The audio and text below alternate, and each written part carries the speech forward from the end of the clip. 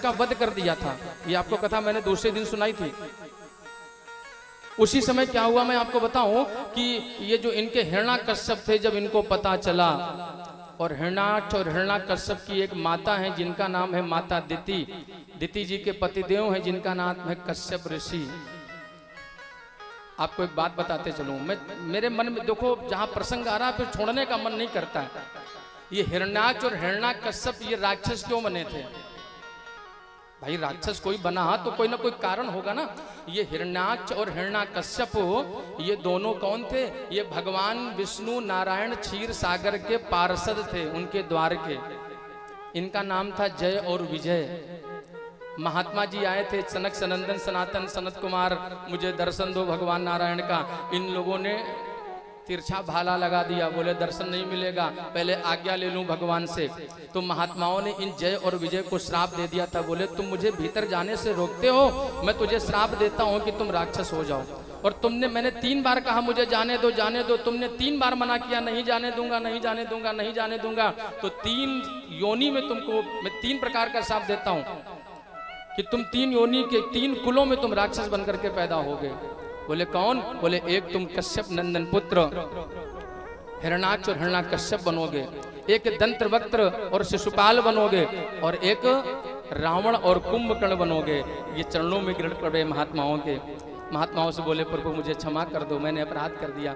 महात्माओं ने कहा चिंता मत करो, चिंता मत करो, तुम्हारा कल्याण करने के लिए तुम अब माफी मांग रहे हो ना, रिक्वेस्ट कर रहे हो, तो तुम्हारा कल्याण करने के लिए स्वयं भगवान जी आएंगे। और वही हिरण्याक्ष हिरण्याकश्यप पैदा हुए थे माता दिति के गर्भ से। क्यों पैदा हुए? अच्छा, माँ के गर्भ से कभी कभी बड़ी आज्ञाकारी संतान पैदा होती है, और कभी कभी ना माँ का कहना मानती, ना पिता का कहना मानती, ना घर वालों का कहना मानती है। तो ये भी क्यों होता है ये भी जरा सुन लीजिए। सायंकालीन का समय था, गोधूली बेला का समय। भगवान सूर्य नारायण, ध्यान से सुनना मैयाओं और सभी विद्वान लोग, सूर्य भगवान अस्तांचल की ओर जा रहे थे। उसी समय माता दिति के हृदय में काम की वासना जागृत हो गई। ये काम की वासना है ना, अचानक से आ जाती है। ये काम की वासना माता दिति के हृदय में जागृत हुई तो कश्यप ऋषि से आग्रह करने लगी, हमारे हृदय में काम की वासना जागृत हो रही है, हम भोग करना चाहती हैं। ये इशारा किया अपने ऋषि कश्यप ऋषि को, महात्मा जी को, अपने पति देव को।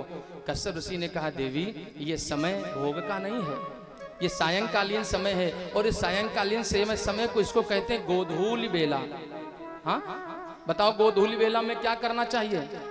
गोधूली बेला का मतलब जो सूर्य भगवान अस्त हो जाएं और धीरे से कुबेरी बेरा जिसको आप कहते हैं, वो कुबेरी बेरा आ जाए, सायंकालीन बेला हो जाए, उसे हमारी संस्कृत भाषा में कहते हैं गोधूली बेला।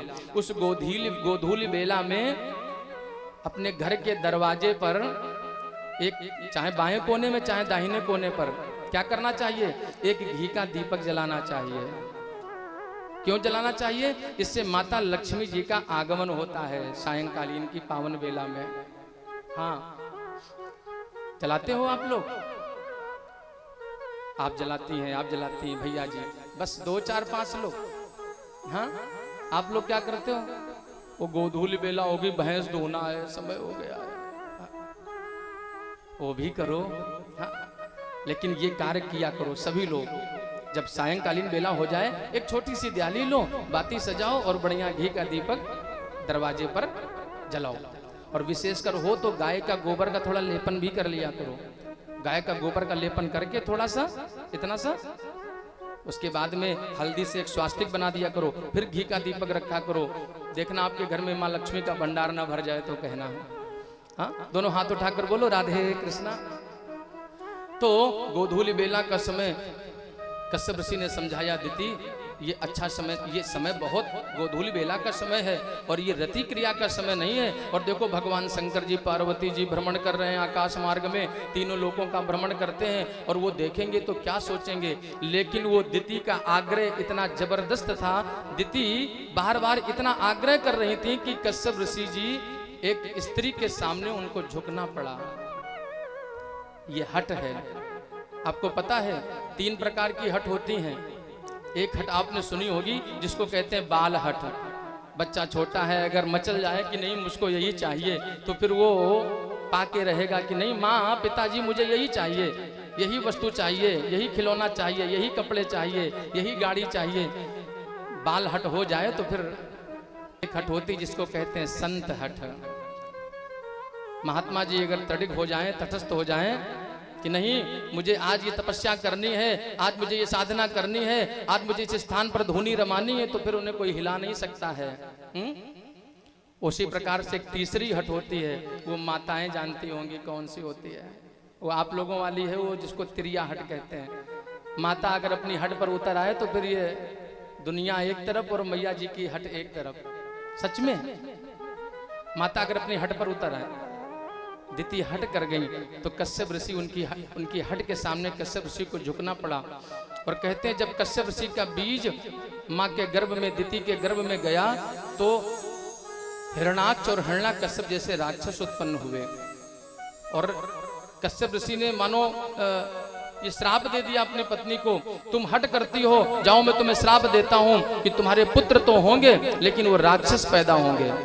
जब दिति मैया अपने पति के चरणों में गिर पड़ी तो उन्होंने कहा चिंता मत करो, राक्षस तो होंगे लेकिन उनका उद्धार कल्याण करने के लिए भगवान नारायण अवतार लेंगे, भगवान को अवतार लेना पड़ेगा। हाथ उठाकर बोलो राधे कृष्ण।